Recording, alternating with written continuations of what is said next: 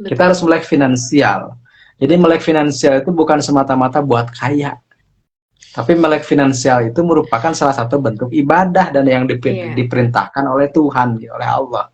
Nah, kemudian di ayat lainnya juga ada, dan ini juga di tradisi Nasrani juga ada ya, di tradisi agama Nasrani juga ada, misalnya kisah tentang Nabi Yusuf. Nabi Yusuf yang menakwilkan mimpi raja yang melihat 7 sapi gemuk dimakan 7 sapi kurus, ada 7 tangkai subur dengan 7 tangkai kering. Itu nggak ada ahli takwil mimpi yang bisa jawab. Akhirnya Nabi Yusuf yang menjawab bahwa akan ada masa krisis setelah masa gemilang, masa laris. Akan ada masa malang setelah masa gemilang. Nah, 7 sapi gemuk itu adalah 7 masa kesuburan, 7 masa subur. Dan 7 sapi kurus itu adalah 7 masa paceklik. Ya, 7 masa paceklik. Nah, si masa paceklik ini bisa menghabiskan masa subur, masa makmurnya. Kenapa? Karena tidak bisa solusi dari Nabi Yusuf apa? Hendaknya ketika sedang subur itu, sedang makmur itu, menyimpan sebagian hasilnya untuk mempersiapkan diri di masa paceklik. Kan seperti itu. Jadi sebenarnya di situ adalah konsep investasi sejak awalnya seperti itu. Jadi itu udah ribuan atau udah berabad-abad yang lalu ya. Dan terbukti di kisah Nabi Yusuf itu, baik di tradisi Muslim atau di tradisi Nasrani, ketika 11 saudaranya minta bantuan ke Mesir itu kan karena negara di sekitar Mesir itu waktu itu sedang dilanda kelaparan dan krisis pangan. Dan hanya Mesir yang pangannya berlimpah. Kenapa? Karena mengindahkan nasihat dari Nabi Yusuf gitu. Dan Nabi Yusuf langsung diangkat menjadi Menteri Pertanian waktu itu untuk mengatur, ya kan, dari penjara tuh dikeluarkan, diminta takwil mimpi, kemudian akhirnya kata Nabi Yusuf, kita harus menyiapkan masa paceklik di masa subur itu. Kita bikin lumbung, maka sebagian hasil panen itu disimpan di lumbung. Maka ketika datang masa paceklik, Mesir masih bisa ada bahan pangan, ada bahan konsumsinya. Sementara negara di sekitar Mesir itu kelaparan, sampai minta bantuan pangan ke Mesir. Artinya secara implisit di situ digambarkan bahwa investasi itu penting, gitu. Menyimpan kerakusan saat ini untuk kenyamanan, keamanan di masa depan itu sudah diajarkan oleh orang-orang terdahulu, gitu kan. Baik. Oke. Nah, kalau misalkan, sama aku mau nanya juga nih Kak, kalau misalkan, kalau hukumnya kita investasi tapi enggak di saham syariah. Nah, kalau yang kayak gitu tuh gimana tuh?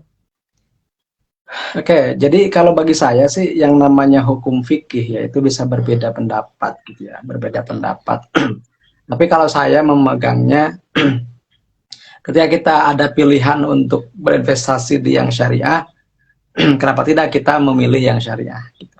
Sama kalau kita nabung gitu ya, kalau kita nabung, kalau dulu disebutnya kita darurat nabung di bank konvensional karena tidak ada bank syariah. Tapi kalau sekarang bank syariah sudah di mana-mana, jadi sebenarnya supaya kita terhindar dari praktik-praktik yang tidak diperbolehkan, lebih amannya kita nabungnya atau bertransaksinya di bank syariah. Adapun ada di sana dalam pelaksanaannya banyak dikritisi, misalnya ngomong sama aja gini. Kalau saya bilang nggak sama di akadnya gitu, nggak sama, tetap ada bedanya. Jadi yang membedakan dari syariah dengan konvensional itu lebih di akad. Nah, ketika ada pertanyaan bagaimana hukumnya investasi di instrumen yang non syariah gitu. Kalau bagi saya gitu ya. Kalau bagi saya ya, saya lebih memilih investasi di saham syariah. Kenapa? Karena yang tidak syariah ini, katakanlah ini tidak diperbolehkan. Jadi kan gini ya, kalau kita kembali ke konsep Al-Qur'an kan, konsumsi itu harus halal dan baik kan. Betul. Konsumsi itu harus halal dan baik. Nah, ketika kita ingin mendapatkan keuntungan, berarti instrumen investasinya itu harus halal dan baik juga. Kenapa? Karena kalau tidak halal dan baik, berarti ada sesuatu yang tidak dibolehkan kita konsumsi. Kalau saya sih lebih mikirnya ke sana ya. Kalau masalahnya, emang sama aja ya, itu persepsi masing-masing. Tapi kalau saya pribadi, halal dan baik itu dua hal yang berpengaruh kepada keberkahan hidup gitu. Halal itu dari sisi kita menambah kedekatan pada Allah atau Tuhan gitu ya. Sementara baik itu lebih ke fisik kita lebih kuat menghadapi kehidupan. Jadi konsumsi yang halal dan baik itu tidak bisa dipisahkan satu sama lain, itu sifatnya kumulatif. Termasuk ketika berinvestasi. Ketika berinvestasi pun kita harus memilih instrumen yang bukan hanya gitu, yang bukan hanya untung, tapi juga dibolehkan. Kenapa? Karena kalau untung saja mah gampang gitu. Tapi yang susah itu bagaimana memilih-milih apa yang bisa kita konsumsi itu. Kenapa? Karena selalu pasti ada hikmahnya kenapa ini dibolehkan, kenapa ini tidak dibolehkan. Dan itu bisa dibuktikan secara sains, bisa dibuktikan juga secara keyakinan. Yang terpenting, nyamannya teman-teman seperti apa. Kalau saya misalnya nyamannya ya saya nggak bisa beli saham yang non syariah. Kenapa? Karena bagi saya nggak nyaman. Menurut apa yang saya yakini itu tidak membuat saya lebih nyaman. Kenapa? Karena berarti saya memegang atau memiliki barang yang tidak dibolehkan untuk dimiliki. Ya, seperti itu aja sih Kak kalau saya. Jadi intinya boleh nggak hukumnya? Kalau bagi saya itu nggak boleh. Tapi kalau teman-teman punya pendapat lain itu silahkan. Karena dalam fikih itu berbeda pendapat adalah hal yang biasa. Gitu kan. Baik-baik. Berarti ya memang akan kembali lagi ke kita percayanya, yakinnya seperti apa betul. ya Mang ya. Oke, baik. Nih aku mau bahas sedikit soal indeks saham syariah nih. Sebenarnya kalau kemarin kan aku sempat baca artikel kalau sekarang tuh indeks saham syariah tuh ada 5 ya kalau nggak salah ya. Betul Kak. Dan oh ya.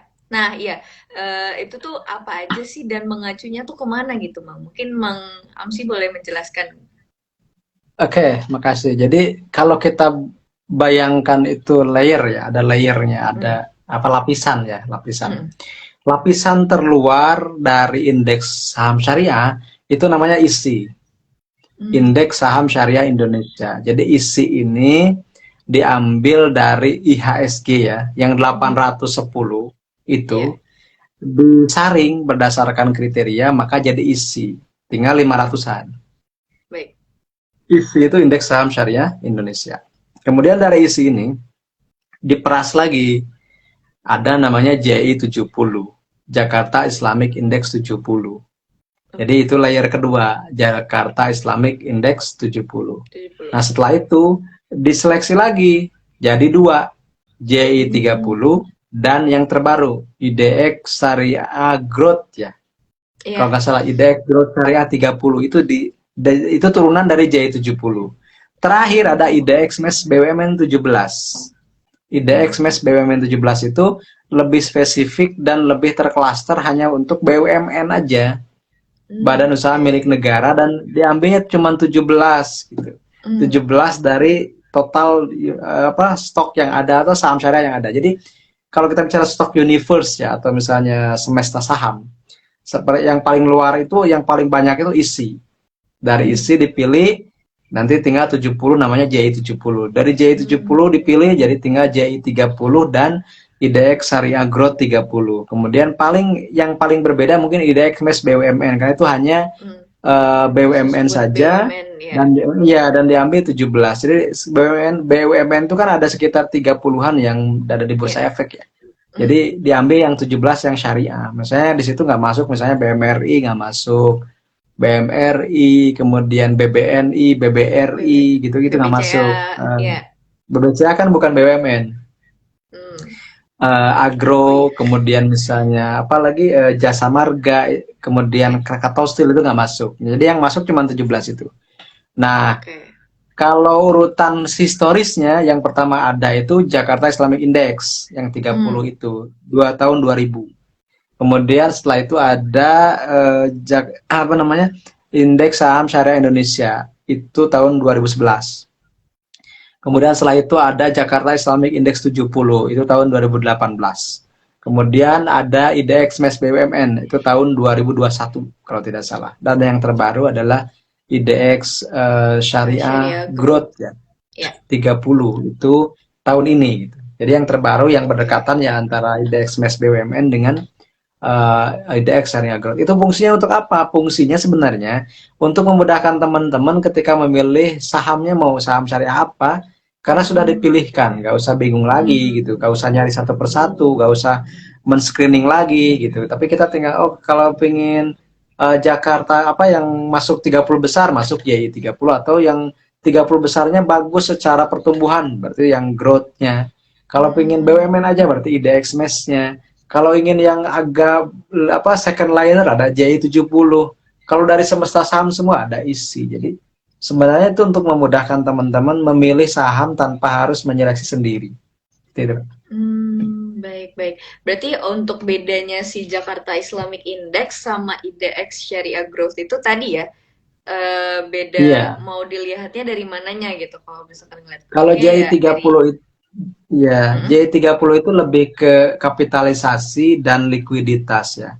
Jadi marketnya, kapitalisasi pasarnya terbesar 30 besar, dan juga transaksinya dalam berapa bulan terakhir itu liquid, diperjualbelikan tiap hari gitu. Itu kalau JI 30. Kalau yang growth itu lebih ke fundamental. Misalnya sahamnya itu harus tumbuh dalam berapa, misalnya 5 tahun terakhir. Jadi ada kriteria khusus lagi, lebih spesifik lagi. Dan itu boleh jadi beririsan, Kak. Misalnya JI 30 masuk, IDX Growth juga masuk, JI 70 juga masuk gitu. IDX BUMN juga masuk, bisa semuanya beririsan. Semuanya misalnya TLKM, kita cek aja TLKM itu masuk di BDX BUMN, masuk di ISI pasti ya. Kalau pasti masuk di ISI pasti masuk semua tuh kalau ISI. Masuk di JI 70, nah tinggal cek lagi di JI juga masuk, tinggal cek di Growth masuk gak. Kalau masuk berarti Telkom ini masuk di 5 indeks syariah secara beririsan semua. Seperti itu. Oke, I see. Nah, tadi tuh kan Malam sih juga sempat ngebahas ini ya, soal Dewan Pengawas Syariah ya, kalau nggak salah ya. Betul.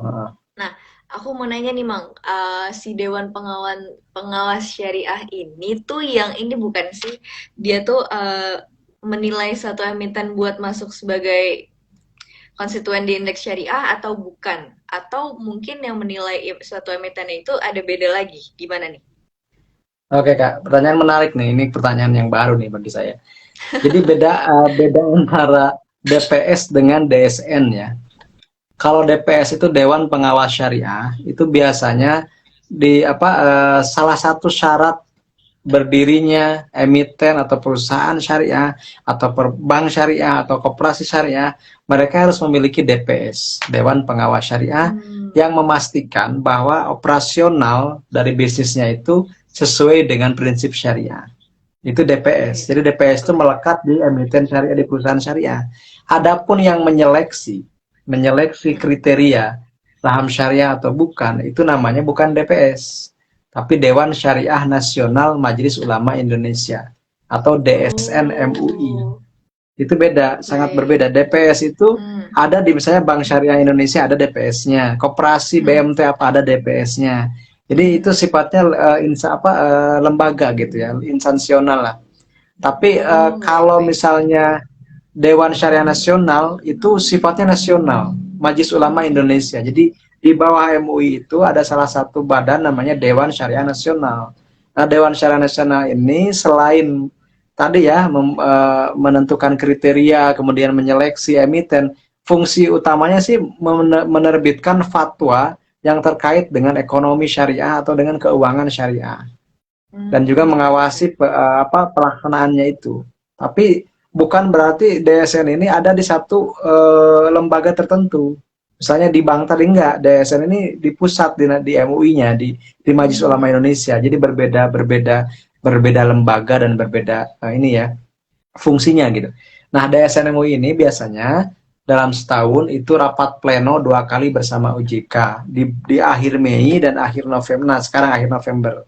Kenapa? Untuk menentukan daftar efek syariah atau yang akan jadi acuan indeks saham syariah Indonesia efektif 1 Juni dan 1 Desember.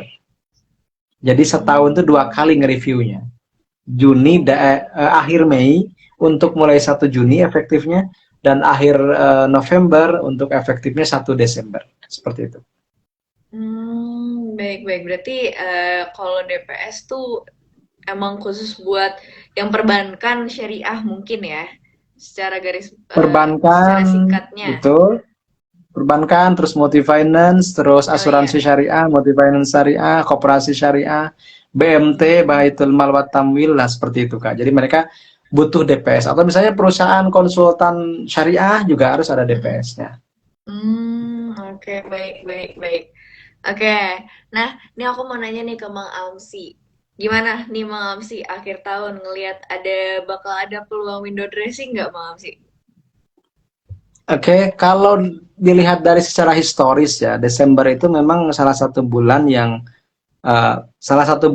indeksnya itu biasanya ditutup menguat gitu, secara historis dalam mungkin 5 sampai 10 tahun terakhir seperti itu.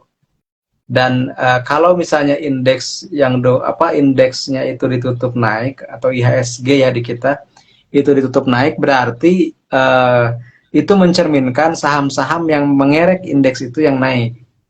Dan kita tahu misalnya Oke. saham-saham pengerek indeks itu yang terbesarnya di Indonesia itu perbankan ya, kemudian juga Mm-mm. rokok, kemudian juga misalnya Mm-mm. telekomunikasi, Iya.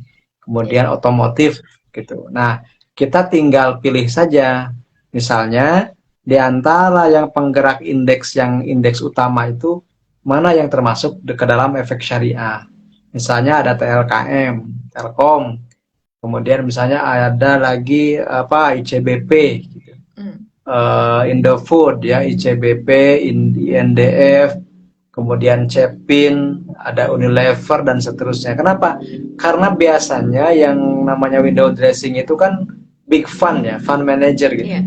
Fund manager itu milih sahamnya bukan jarang sekali saham second atau third liner gitu. Pasti saham-saham yang blue chip.